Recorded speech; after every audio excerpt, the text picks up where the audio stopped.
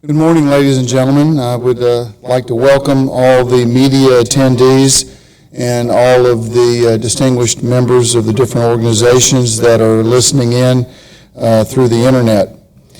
I want to remind the media attendees that you have the ability to submit questions during this event, and these questions will get relayed to us, and then my panel and I will be happy to address those to the best of our ability at the end of the presentation. I would like to introduce the panel members, Dr. Chuck Fox, Vice Chancellor of Clinical Affairs at the LSU Health Science Center here in Shreveport, and Chief Medical Officer of the Ochsner LSU Hospital here in Shreveport. Dr. Chris Kevel, Vice Chancellor of Research here at the LSU Health Science Center in Shreveport, and Dean of the School of Graduate Studies. Mr. Andrew Mouton, Chief Innovation Officer here on our Health Science Center campus. Dr. Martin Sapp, Chairman of the Department of Microbiology and Immunology. The primary purpose of having this presentation today, or this public announcement, is to update the community about the Health Science Center's role in combating this invisible enemy, this pathogen, this virus, which has been referred to as a coronavirus. And many of you that aren't even physicians or scientists know more about this than many physicians and scientists knew about this just a month ago. It's also known as COVID-19. We're going to really talk about two roles here this morning. One is the role of providing doctors and trainees that work with our clinical partner, Ochsner Health System, and I'm going to have Dr. Fox make some comments about that in just a minute. But equally important, if not more important, is to discuss really this new emerging viral threat lab that we now have in our Health Science Center. We have top scientists in the world here on our campus, particularly in the virology department, but really in all the basic science departments. And Dr. Kevel has led that charge with others. Someone says, what is this COVID-19 testing lab? We came up with a sexy name, right? The Emerging Viral Threat Lab. But I'm not sure that's really sexy. I think it's probably pretty apropos to what is really threatening our society. This is really an incredible timeline, and I don't want to underemphasize the role that the basic scientists on this campus have had under Dr. Kevel's leadership. Let me just kind of give you a quick timeline. Around the 12th of March, this whole thing was a little bit of a twinkle in the eye of a couple of the esteemed virologists. Dr. Urachko sent an email to Dr. Kevel. You know, this virus is very, very, very similar genetically to the viruses that we tested for SARS here, which we were a leading area in that study on our campus here. Around the 17th of March, I approached the governor and said, Governor, we have a few roadblocks to this and we need your help. Without any question, he jumped right in, created an executive order within a matter of 2 days. So now we're around March 20th or so. By March 25th, today, actually yesterday, but today, the lab is up and running. And I don't want to get into too much detail about what the lab can and can't do, but I will leave that to Dr. Kevel. We talk about this pandemic and what the effects of this pandemic is. And I'm going to share with you just a couple of sobering numbers as to why our docs are working so hard with our clinical partner, the Ochsner Health System, and why our other set of docs are working so hard in trying to find a way to get a rapid test out there that is available for the community and to have possible treatments for this. yet alone a vaccine hopefully in the near future. The governor just this past weekend issued his stay-at-home order, which is effective till the 12th of April. It may or may not be extended. Despite that, we still have in Louisiana the fastest growth rate of confirmed cases in the entire world. This was a study by ULL. We're number 3 in the U.S. in per capita cases. In the steepness of the growth curve of this disease process in Louisiana really parallels that of Italy and Spain. It's pretty scary. I know up here in North Louisiana, I still see people running around, shopping with impunity, hanging out. This is unacceptable. And if you look at our colleagues down the southern part of this state, you know, Dr. Fox and I were just discussing this a little while ago. It is scary. It is scary. We may have to send some docs down there to help out. This is how scary it is. So these are really sad facts. The governor has emphasized it, and as a result of this pandemic and its effect on Louisiana, the governor filed for a federal disaster proclamation, which has been approved by President Trump as of yesterday, and so that hopefully will provide additional aid at the federal level to our state. So I want to, at this time, invite Dr. Chuck Fox to come up here and discuss the role of our doctors and our trainees with our clinical partner briefly before we go into the major portion of this, which is the discussion of the emerging viral threat lab. Thank you.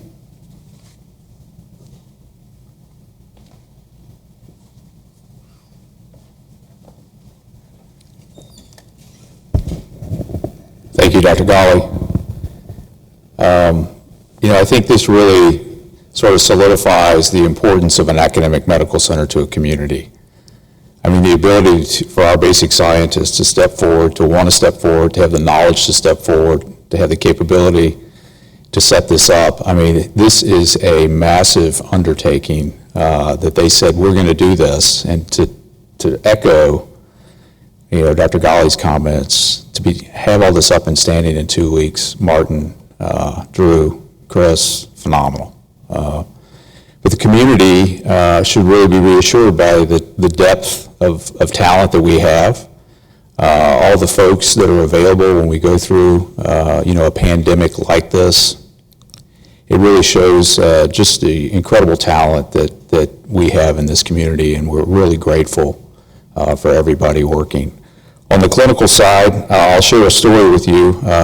Keeping communication with medical providers all over the world, I do think we have some advantages, and I'll talk about that in just a second. But made a phone call out on March 14th to an individual providing health care down in New Orleans, and I was asking him about the COVID situation down there, and he said, maybe have a presumptive positive case in the hospital. That's about it. Fast forward March 21st, when I called, all I heard were alarms in the background. Obviously, he was in the ICU, and he told me that they were now opening up a new 30-bed ICU for all the activity and all the clinical needs that the community had. So very dramatic change in a short period of time. So Martin, I learned quite a bit about the rapidity of the viral spread. And I think that unfortunately, if you look at Italy and a lot of what's going down in New Orleans, the ability to test earlier would have been very, very helpful to keep certain patient groups out of harm's way. So I know in Italy, you get into situations with the ICU where you have 20 patients, you take in another 20 patients, some of which are COVID positive, and it would have been nice to have the ability to segregate those patients. So if we'd have had testing up and running in some of those sites, I think it really would have been helpful at decreasing morbidity and mortality for a high-risk group. So I really commend you yet again. You know, this capability to test the patients in the hospital. We're having delays with some of the results coming back. You know, I think Ochsner has done a fantastic job on the supply side and organizationally sort of letting us know what's coming up and what we need to think about and how we need to move things around. So I think they've been a wonderful organization to be partnered with through this. And this truly is, you know, stronger together. I think the two entities ramped up working together have done phenomenal things. And I think the community of North Louisiana should know that and hear that. We have over 1,000 physicians, so 500 residents and fellows and 500 attendings in our organization. And we've had frequent WebExes with them over the past 2 weeks, both from the hospital side and the med school side, really trying to get them to understand that this thing evolves and jobs evolve and duties will change. So if you're a gastroenterologist today, you may be a hospitalist tomorrow. If you're an anesthesia resident today in the OR, you know, in a week you may be an ICU resident, and the same for the attendings. We've tried to come up with a feasible plan in the OR, and I think it's working well. I think the group has done a great job of managing a lot of the information that gets puts out pretty quickly. So it's hard for a big organization to turn on a dime and to go from doing certain number of cases and then figuring out what we're going to do, you know, going forward. I think they did a great job. All the surgeons did a wonderful job of managing that last week. I think we're down to the essential cases that need to be done, and that's what's being done. And we're deploying those attendings and residents in other venues. I think this week, really, it's been all about conservation of personnel. So we've got a lot of folks here. There's only so much clinical activity that's needed right now. So we've asked the departments to come up with a list, a way of doing shift work if possible, but to get some folks out of the hospital because this could be a long period of time that we're going to work through. The other thing we're doing this week is really trying to bring some sense to the clinics, who should be seen in the clinics.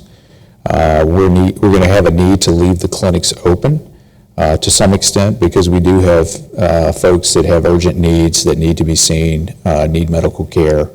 We don't want to overrun our ERs because they have become hotspots all over the world in these hot zones that have experienced a lot of COVID-19 activity.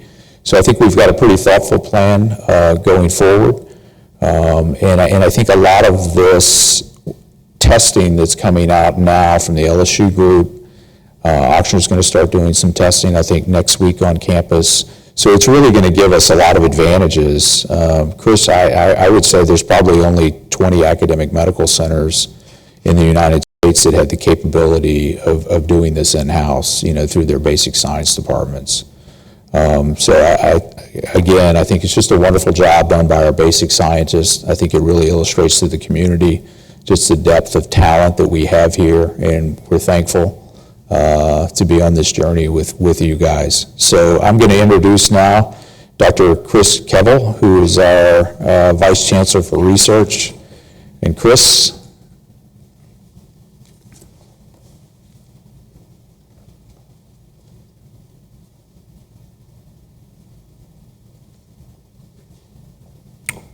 Thank you, Dr. Fox, and thank you, Dr. Ghali. As everyone has learned over the past two speakers there, we really are in a very unique position here at LSU Health Sciences Center in Shreveport. Some of you may have seen recently a cartoon that was published recently by Mike Ludovich that actually shows a version of the raising of the flag at Iwo Jima. And when you see that cartoon, you see first responders, nurses, doctors, and then scientists at the back lifting up the flag. That is truly the kind of paradigm that we find ourselves in here at LSU Health. So certainly while this is a very somber and serious time, it's also a very exciting time because now For the first time, we're really going to begin to take the fight to the virus. So as many of you know, and have probably heard through the media, one of the key ways to really combat Corona-19 is to test. That will allow us to identify individuals who are positive, and as Dr. Fox just mentioned a moment ago, segregate out the hospitals so that we can keep those that are COVID-19 positive away from those who aren't, and then break the chain. That is the way we can really begin to mitigate and minimize the impact of this virus in the population. I won't speak too much more about the virology because Dr. Martin Sapp will come and tell you more about that in a moment and tell you the uniqueness of this laboratory for our Health Sciences Center and why this is a game changer, not only for North Louisiana, but the whole state. The one thing I would like to tell you is that this is by no means a small endeavor. As Dr. Ghali said, it was March 12th at 3:34 p.m. that I originally got the first email from Dr. Urachko, and then a day later forwarded that to Dr. Ghali, trying to figure out, could this even be possible here? With his vision and his leadership, and more importantly, understanding of the crisis that was befalling us, he quickly acted to see if this was possible. From there, engaging both the virologists and other research team members, Mr. Drew Mouton, who I'll tell you a little bit about in a moment, I tapped him to be the team leader to stand up this team to build this laboratory. To give you some perspective, there's been well over 45 individuals that have been actively involved in making this lab a reality in 12 days. And this, by the way, has received certification and approval from CMS, CLIA, and CDC. So we really are ready now as an institution to take the fight to the virus in conjunction with our clinical partner, Ochsner, and really begin to move the needle in taking care of individuals here in Louisiana. So without any further ado, I'd like to go ahead and introduce to you Mr. Drew Mouton, who actually was, as I said a moment ago, responsible for leading the team and orchestrating the lift of the lab. Mr. Mouton.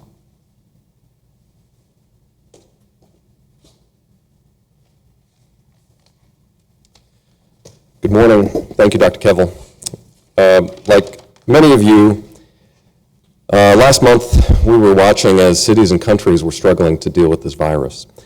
Our virology team, however, I think took the approach of if we can do something, we should, and started the process, as others have mentioned, of figuring out what we can do from our campus. And we're lucky here to have, as Dr. Fox, Dr. Ghali, Dr. Kevel mentioned, a really world-class team of virologists that have decades and decades of experience dealing with this problem.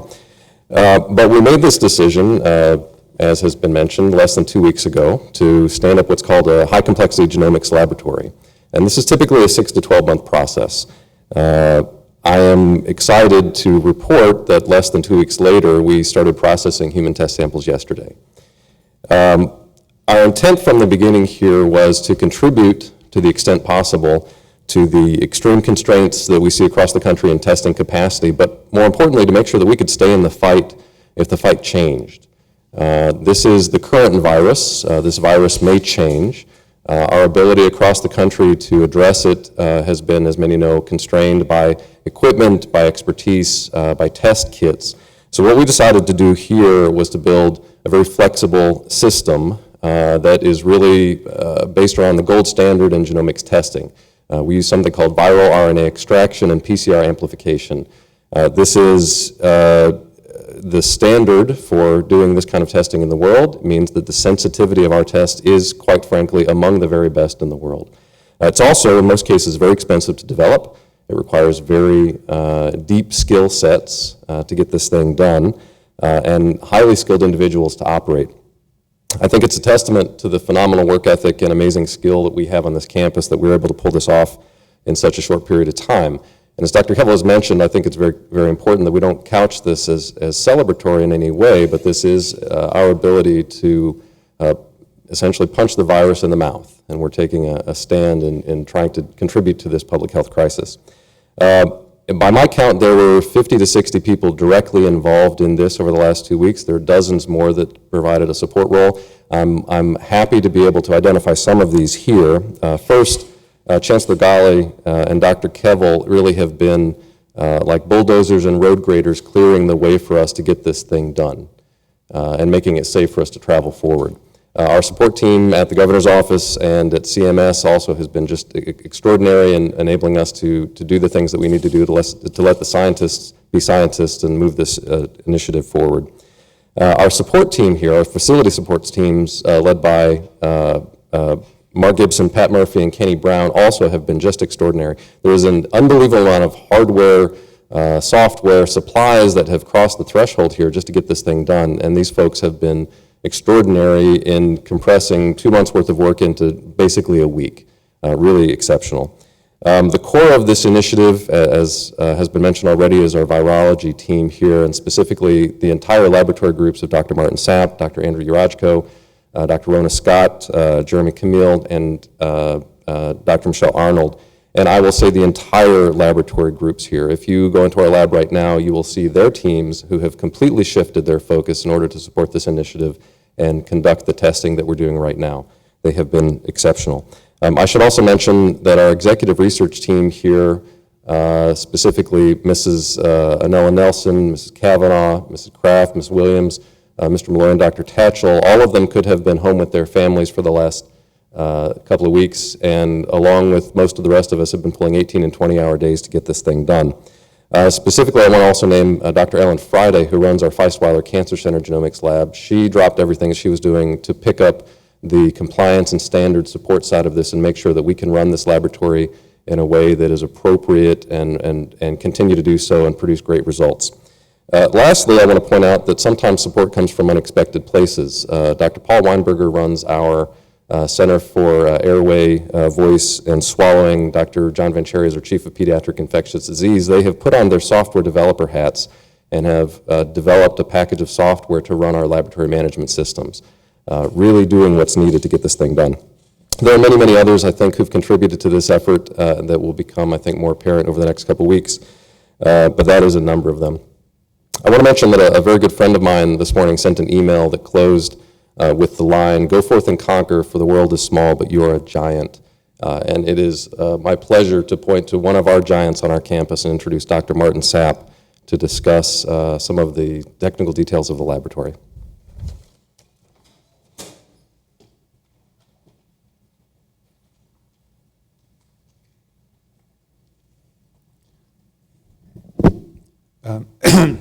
Thank you, Drew. Thank you, Dr. Gali, Cavill. Thank you, Chuck Fox. Yeah, this has been quite a ride, I have to admit. This is something that I did not see myself doing 2 weeks ago, definitely. But before I go into the specifics of the Emerging Viral Threat Laboratory and its capabilities, I really need to thank a number of people. And, you know, we have thanked you, Dr. Gali, you, Dr. Cavill, Dr. Fox, and Drew. I mean, you have been just amazing.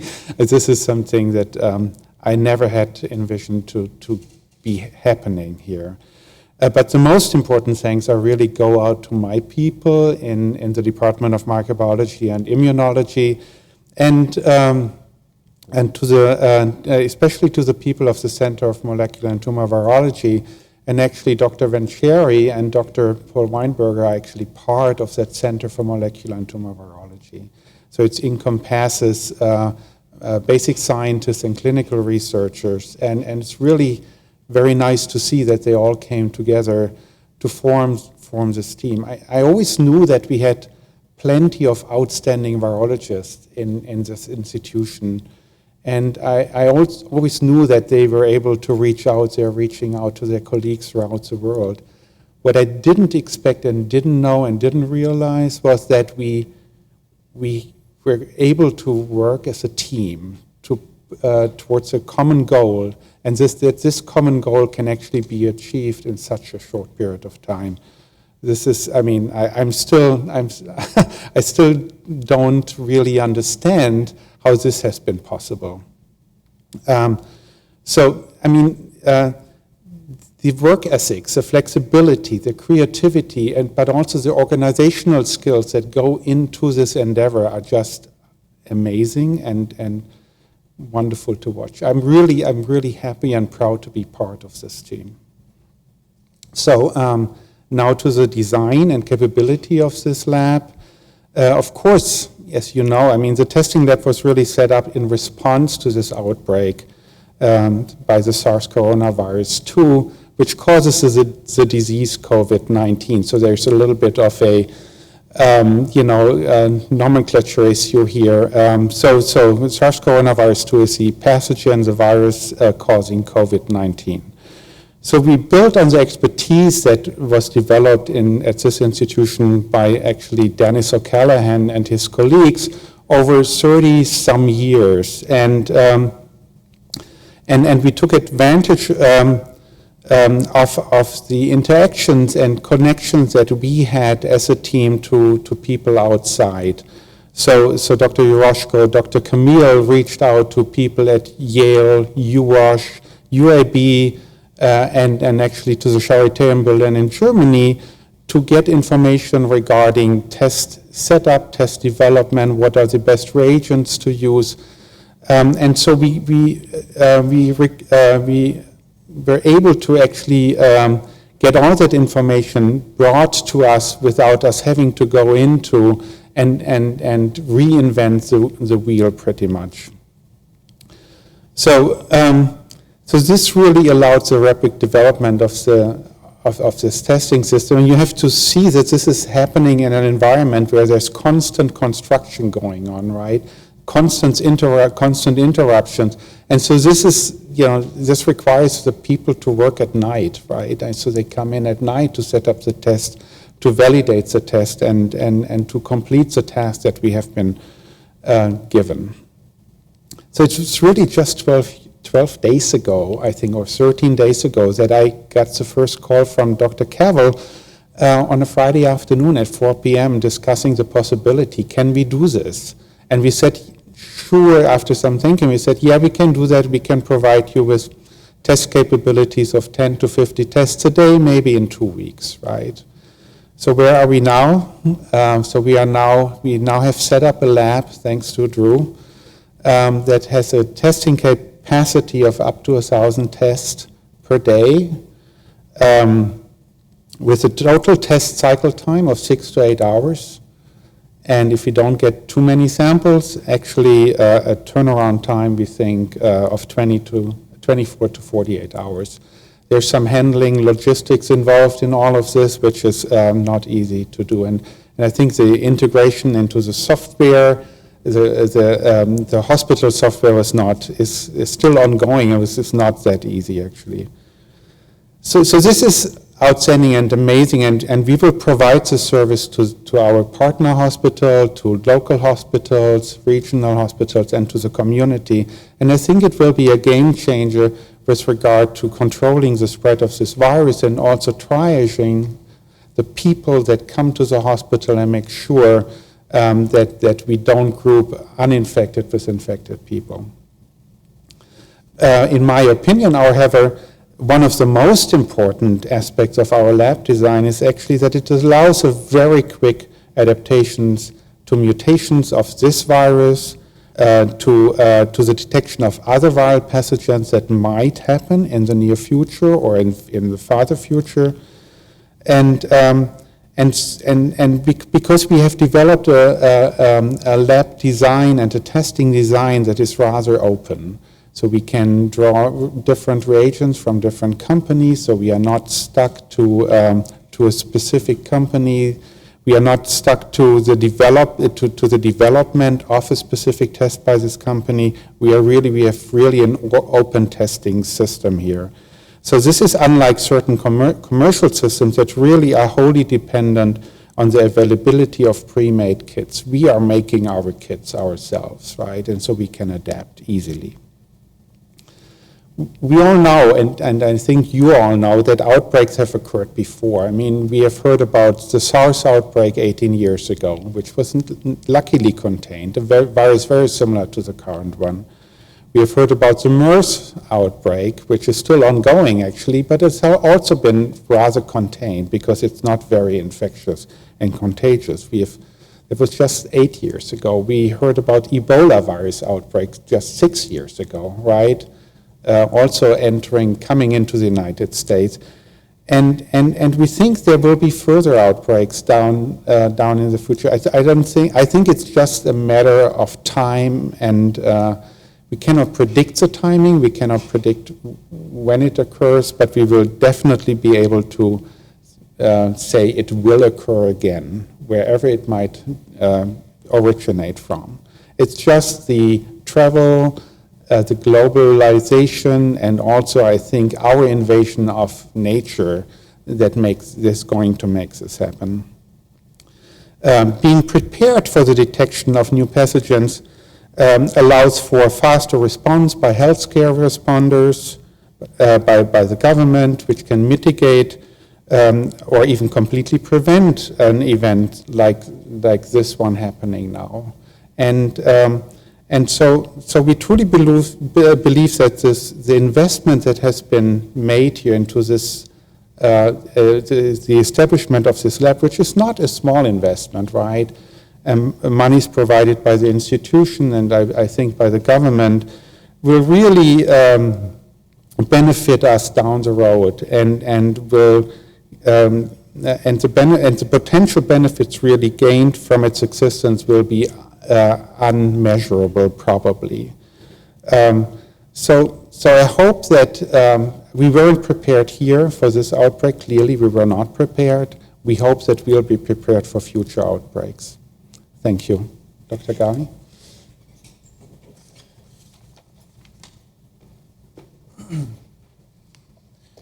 Fantastic. Thank you, Dr. Sapp. I want to thank all of the folks that came up here and made some comments. Dr. Sapp is absolutely right. Even the giants of today stand on the shoulders of previous giants, and would not even be fair to not give Dennis O'Callahan a huge thank you for all the contributions that he's made in developing what Dr. Sapp was able to inherit in the Department of Microbiology and Immunology here in Shreveport as one of the leading virology centers in the world. This is not a small undertaking. As many of these guys said, the contacts were made not just throughout the state, not just throughout the country, but worldwide to get information, to collaborate. It's really, this was really a heartwarming event. And so I really thank everybody for the support that they've given this from the governor down. It was just really, really heartwarming for us here on this campus. And so what this means is that we'll be able to, and I don't know if Dr. Fox mentioned it, but just from a practical standpoint, what we're having to do now, not that we want to do it, but what we're having to do is, patient will come in, we run the test, because they're presumably positive until we can determine whether they're definitively positive or definitively negative. We're having to isolate those patients. Well, that uses one of these rare isolation rooms or negative pressure room, whatever you want to call it, and it's an isolation room. And those are at a premium, number one. Number two, we're having to don all of the nurses, the respiratory techs, the residents, the attendings are all having to wear full protective garb when they go in. Well, we all know, because everyone is using this protective garb worldwide, that it's at a premium.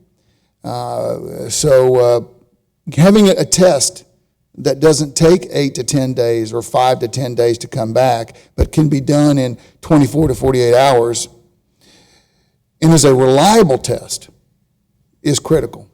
And so that would really cut down on the number of patients that need to be admitted, cut down on the number of patients that need to be isolated, cut down on the number of patients that would require PPEs or that high of a level of PPE. May go in with a regular mask, but not necessarily an N95 mask.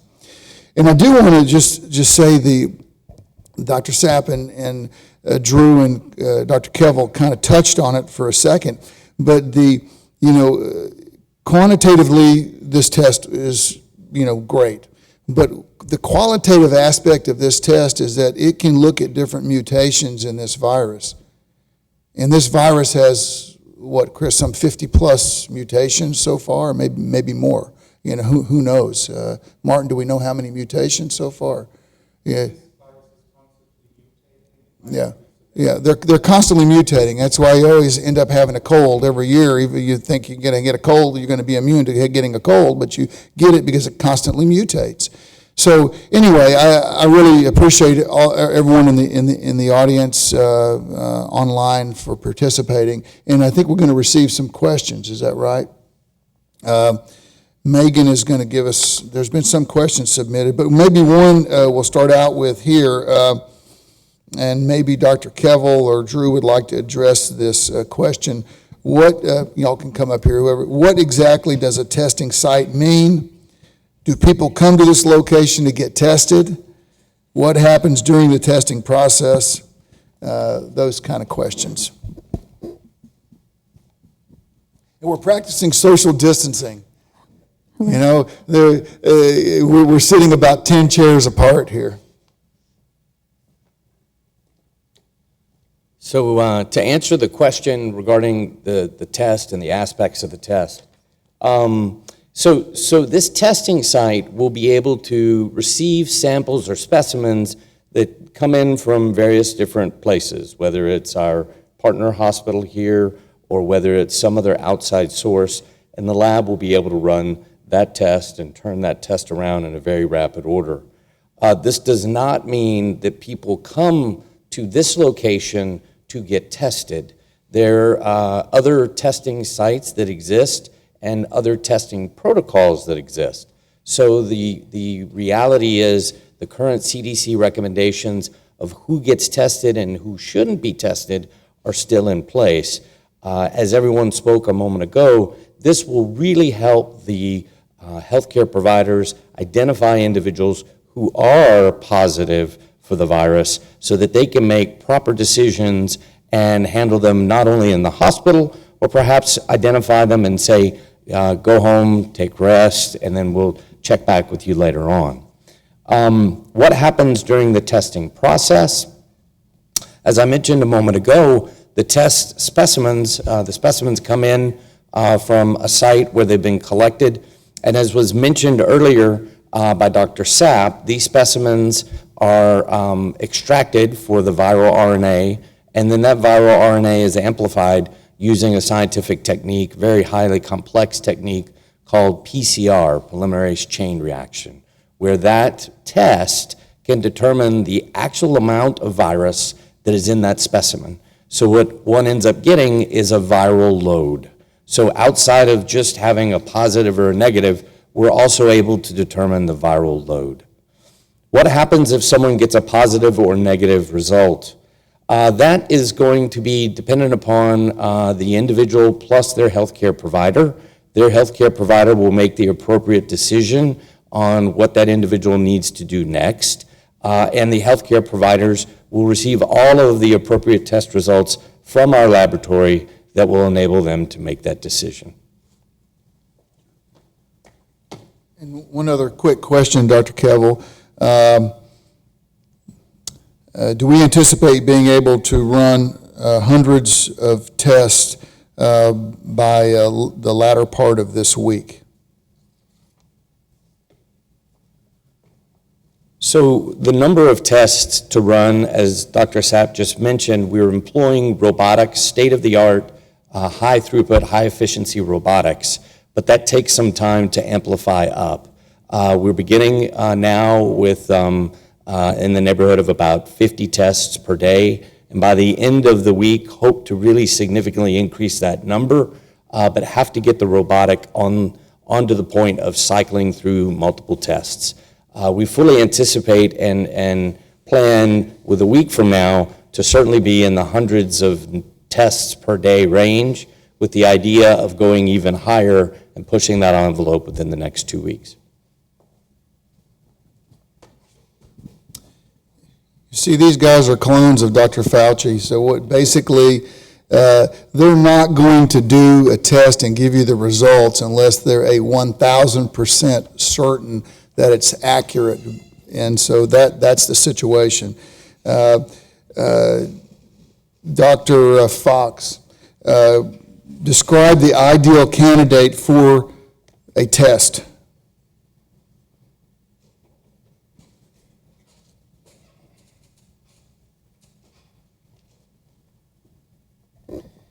So right now, our testing criteria are pretty tight.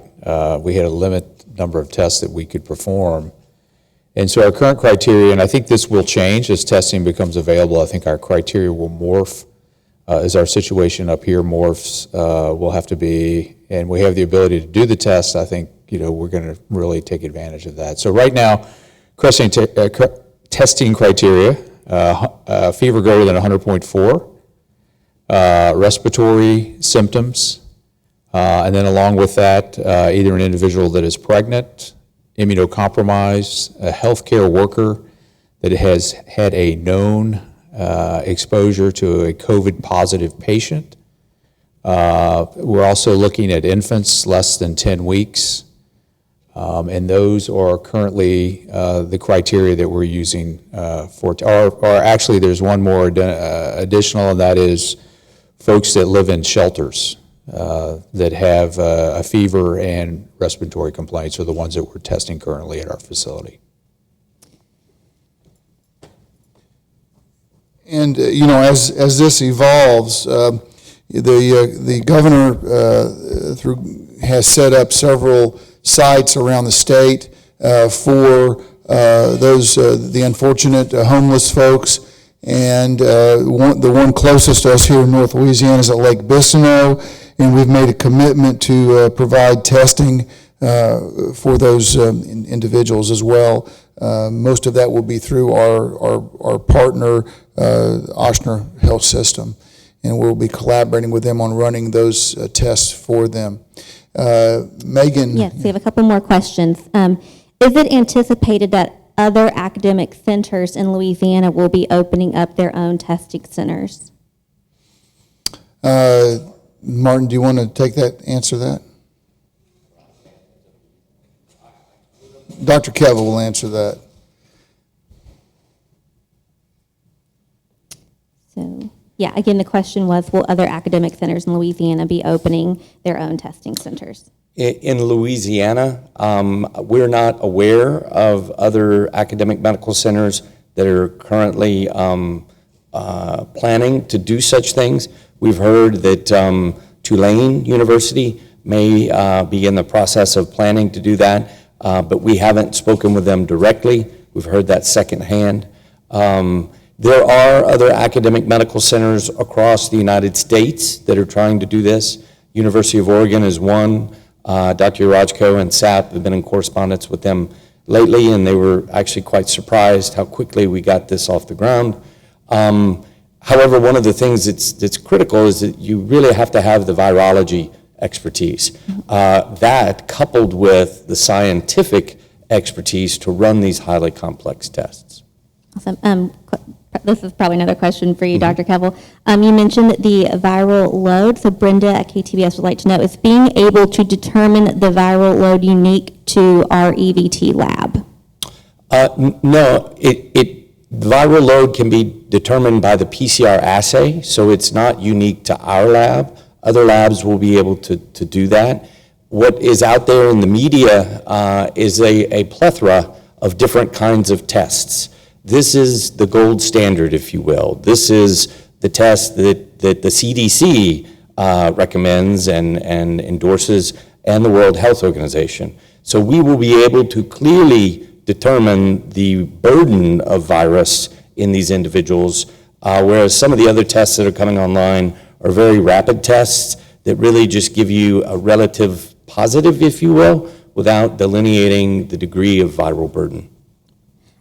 Great. And then how many students, staff, researchers will be running this lab daily, and how many hours a day will it be operating? I'll ask Mr. Mouton to come up. Okay, great.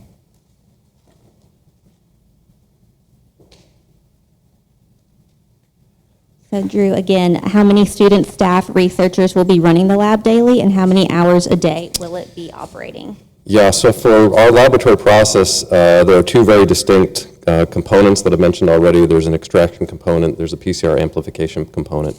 And as is mentioned before, we're embracing a semi-automated process where we use robotics to make some of this happen. Having said that, our extraction process will be run 24 hours a day, essentially starting today.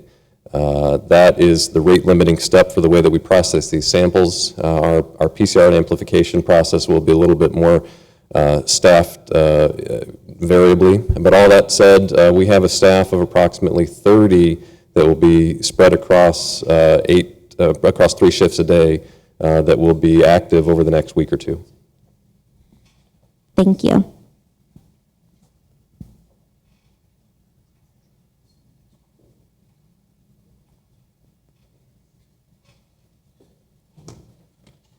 So Megan, was that the questions?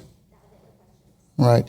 So I want to thank everyone and let you know that we will be having another one of these next week to update on the progress of the lab, and also on some progress that we're making on some clinical trials directed toward COVID-19. And I think you'll be very, very interested in hearing about those at that time. And I think right now, the question is, will testing be available for outside institutions, hospitals, and things like that? The answer is yes. I mean, if I had 500,000 tests, I'd test everybody in this part of North Louisiana because there is some value epidemiologically in knowing exactly who has it and who doesn't, what their symptoms are, what their symptoms are not, and to give you a better understanding of what the true morbidity versus mortality rate for this disease is. I will tell you that the most important thing is to heed the order of the governor, and please try to practice some scholarly level of social isolation. That is the most important thing that you can do. We can show you many, many steep curves of countries that did not do that. And that is a real problem. So I want to just thank everyone for attending today. Be safe. I want to thank all the participants that were here today and everyone in the audience. God bless everyone. Thank you.